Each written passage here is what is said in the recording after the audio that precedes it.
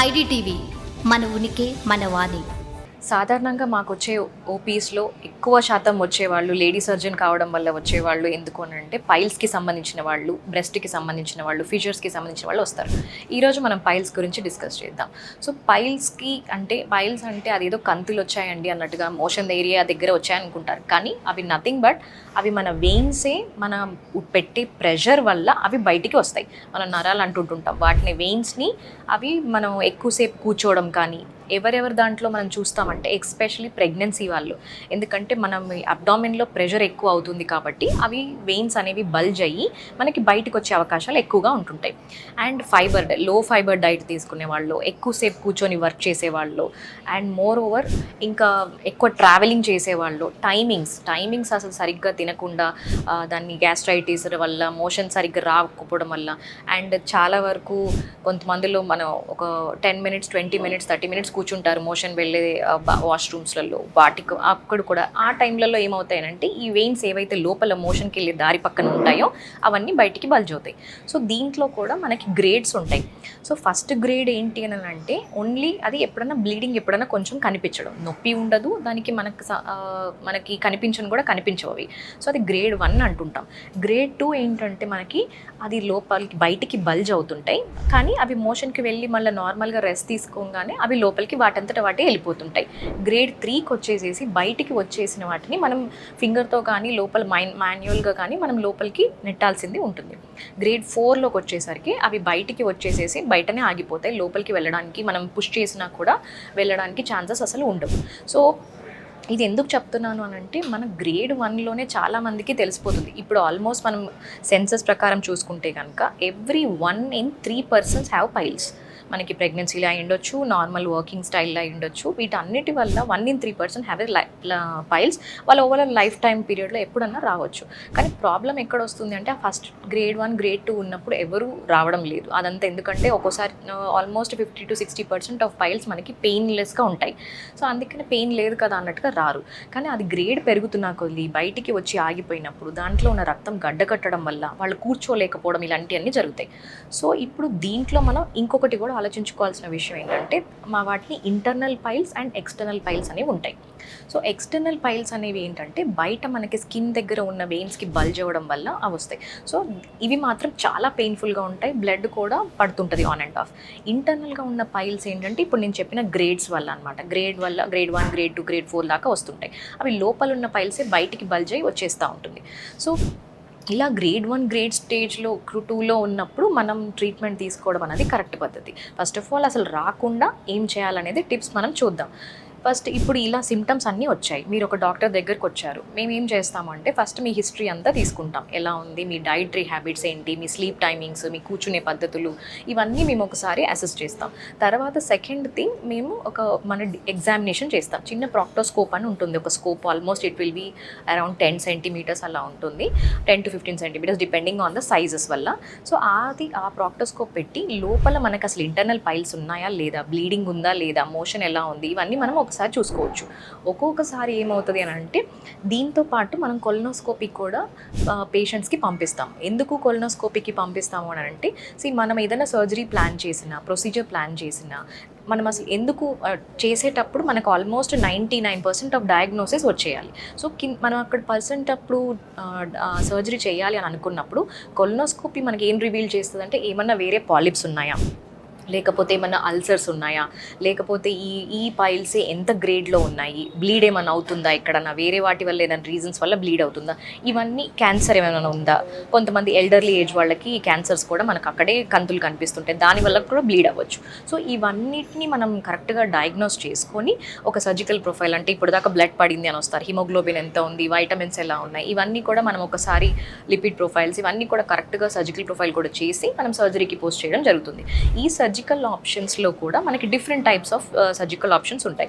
Rubber band ligation అంటుంటాము, sclerotherapy అంటుంటాము, laser పద్ధతులు ఉన్నాయి, ఓపెన్ హెమరాయిడెక్టమీ చాలా ఉన్నాయి. కానీ ఒక్కొక్క పేషెంట్కి ఒక్కొక్క గ్రేడ్కి మనం చూసుకొని దాన్ని బట్టి మనం ట్రీట్మెంట్ ఇవ్వాల్సిన అవసరం ఉంది. సో ఇప్పుడు మనకి చాలా చిన్న స్టేజ్లో వస్తే first treatment will be only life style modification. మీరు అనుకోవచ్చు పైల్స్ రాగానే సర్జరీ అవసరం పడుతుందని, సర్జన్ దగ్గరికి వెళ్ళగానే సర్జరీ అవసరం పడుతుందని కూడా అనుకోవచ్చు, బట్ అసలు అలా ఉండదు. First life style modification operation చేసుకోవాలి. సెకండ్ స్టేజ్లో కూడా వస్తే కొంచెం చూసుకోకుండా వాళ్ళు ఏమైనా నెగ్లెక్ట్ చేసి వచ్చి ఉంటే కనుక దానికి సంబంధించిన మీరు ట్యాబ్లెట్స్ వేసుకోవడం కానీ, లేకపోతే లోకల్ అప్లికేషన్స్ ఆయింట్మెంట్స్ ఉంటాయి కొన్ని, అవి చూసుకోవడము, లేకపోతే మోషన్ ఫ్రీగా వచ్చేటట్టు చూసుకోవడం, ఇవి మనం చేయాల్సింది ఉంటుంది.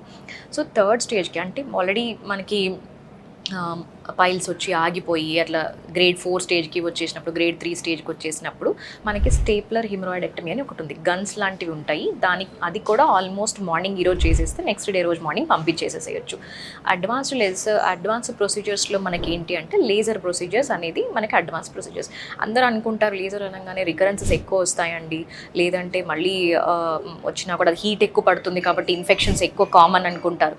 అవన్నీ చాలా అపోహలు. కరెక్ట్ పద్ధతిలో కరెక్ట్ పేషెంట్కి టైమ్లీ కనుక ఒకవేళ ఇవ్వగలిగితే బెస్ట్ థింగ్ మనకు అది ఆ లేజర్ పద్ధతులు చాలా కంఫర్టబుల్గా ఉంటాయి. అండ్ మార్నింగ్ చేస్తే ఈవినింగ్కి వెళ్ళిపోవచ్చు. అండ్ మేము చెప్పిన జాగ్రత్తలు మేము ప్రతి పేషెంట్కి మేము ఒక చాట్ ఇస్తాం, ఇన్స్ట్రక్షన్ చాట్ అని. సో అదొక 10 to 12 థింగ్స్ ఉంటాయి దాంట్లో. ఇఫ్ యూ టేక్ కేర్, అది కనుక మనం జాగ్రత్తగా చూసుకోగలిగితే కనుక మళ్ళీ వచ్చే అవకాశాలు ఆల్మోస్ట్ నిల్ చెప్పొచ్చు. కానీ మళ్ళీ ఇది సర్జరీ అయిపోయిన తర్వాత సేమ్ థింగ్స్ మేము చేస్తాము, లేదంటే మళ్ళీ పద్ధతులు సరిగ్గా హెల్ప్ తీసుకోకుండా సరిగ్గా పాటించకపోతే మాత్రం మళ్ళీ వచ్చే అవకాశాలు ఆల్మోస్ట్ 30 to 40% ఉంటుంది. సో దీంట్లో ఈరోజు మీకు నేను చెప్పదలుచుకుంది కొన్ని టిప్స్ చెప్తాం అసలు రాకుండా ఉండడానికి, లేకపోతే వచ్చిన వాళ్ళు స్టార్టింగ్ స్టేజ్లో ఉన్న వాళ్ళకి. నెంబర్ 1 వచ్చేసేసి 3 to 4 లీటర్స్, అంటే హైట్ బట్టి డిఫరెన్సెస్ ఉంటాయి, but general overall population, Indian population అనుకుంటే 3 to 4 లీటర్స్ ఆఫ్ వాటర్ తీసుకోవడం అనేది కరెక్ట్ పద్ధతి. And second thing fibre diet. అందరికీ తెలిసింది ఫైబర్ డైట్. మన ఇండియన్ ఫుడ్ వీ హ్యావ్ మంచి కరెక్ట్గానే ఉంటుంది. అది టైమింగ్స్, మెయిన్లీ టైమింగ్స్ అనేది ఫాలో అవ్వాలి. 8 to 9 కల్లా బ్రేక్ఫాస్ట్, 1 to 2 కల్లా lunch, and 7:30 early dinner is always the best thing. Early dinner తీసుకోవడం వల్ల మీకు టైం స్పేస్ దొరుకుతుంది. యాక్చువల్గా మీరు పడుకునే లోపలనే మీ డైజెషన్ ఆల్మోస్ట్ 80 to 90% అయిపోతుంది. అందుకనే 10 o'clock నుంచి మనం ఎందుకు పడుకోమని అంటామంటే 10 నుంచి మన బాడీ రిపేర్ మెకానిజంలోకి వెళ్తుంది. సో ఇట్ స్టార్ట్స్ రిపేరింగ్ అన్ని ఆర్గాన్స్ని, లివర్ కానివ్వండి, ఇంటెస్టైన్ కానివ్వండి, ఇవన్నిటిని మనకి హార్ట్ కానివ్వండి, బ్రెయిన్, వాట్ ఎవర్ అన్ని సెల్స్ని రిపేర్ మెకానిజంలో వెళ్తుంది. అందుకని తొందరగా తింటే మనం పడుకునే లోపలనే ఆల్మోస్ట్ మనకి డైజెషన్ అయిపోవాలి అంటాం. అందరం ఏం చేస్తాము, 10-10:30 భోజనం తీసుకుంటాం, ఇమీడియట్గా పడుకునేసరికి మార్నింగ్ 5 వరకు బాడీ ఈ డైజెషన్ ప్రాసెస్ చేయడానికే సరిపోతుంది. సో రిపేర్ మెకానిజం అనేది హాల్ట్ అవుతుంది. సో అలా కాకుండా early dinner is always best. ఇంకొకటి, ఒకటే ప్లేస్లో ఎక్కువసేపు కూర్చోవడం అనేది కరెక్ట్ కాదు. ఆల్మోస్ట్ నాకు వచ్చే క్లయింటేల్లో 20 to 30% or IT and long hours sitting ఉన్న వాళ్ళు వస్తుంటారు. ఎందుకు అనంటే మనం కూర్చున్నప్పుడల్లా మన బాడీ ఉన్న ప్రెషర్ అక్కడ మోషన్ వెళ్ళే దారి దగ్గర కుషన్స్ ఉంటాయి, ఆ కుషన్స్ మీద ప్రెషర్ పడుతూ ఉంటుంది. ప్రెషర్ పడటం వల్ల అక్కడ ఉన్న వెయిన్స్ అనేవి బయటకి బల్జ్ అవుతుంటాయి. దట్ ఈస్ నథింగ్ బట్ మనం పైల్స్ అనుకున్నాం.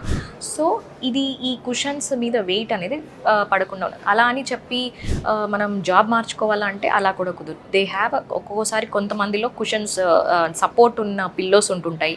అండ్ ఎవ్రీ 1 hourకి నిన్ను లేచి ఒక 5 minutes 2 minutes అన్న నడవమని చెప్తాను. అది బెటర్. అట్లీస్ట్ ప్రెషర్ కాన్స్టెంట్గా పడకుండా ఉంటుంది. అండ్ ఫోర్త్ థింగ్ ఏంటంటే మీకు కంప్లీట్గా మనం ఏమవుతుంది అని అంటే మోషన్కి వెళ్ళంగానే మనం మార్నింగ్ లేవంగానే ఒక 1/2 hour 1 hourలో 4 to 6 minutes మోషన్లో మనం అయిపోవాలి. యాక్చువల్గా బుకిష్ నాలెడ్జ్ అయితే 4 to 6 minutes వరకు మనకు మొత్తం మోషన్ది అయిపోవాలి. కానీ ఇక్కడ ఏమవుతుంది, అట్లీస్ట్ 10 minutes కన్నా మనది అయిపోగొడితే ప్రాబ్లం ఉండదు. ఇప్పుడు ఏమవుతుంది అని అంటే ఇప్పుడు 20 minutes 30 minutes వాష్రూమ్లోనే కూర్చొని ఫోన్లు చూడటం, పేపర్ చదవడం, ఇవన్నిటి వల్ల కంటిన్యూస్గా మనం ఆ స్క్వాట్ పొజిషన్లోనే మనం ప్రెషర్ అనేది ఇస్తున్నాం. So that is one of the reason for the piles మనకి. అండ్ మనకి వాటర్ థెరపీ, ఫుడ్ అని చెప్పాను. ఇంకా ట్రావెలింగ్ చేసే వాళ్ళు కూడా వాళ్ళు ఎక్కువగా వాటర్ తీసుకోవాలి. ఇప్పుడు ఫ్లైట్లో ట్రావెల్ చేసాము, చల్లగానే ఉందండి అందుకే తీసుకోలేదు అని అంటారు. అలా కుదరదు, ఎందుకంటే మన బాడీలో హీట్ పెరుగుతూ ఉంటుంది.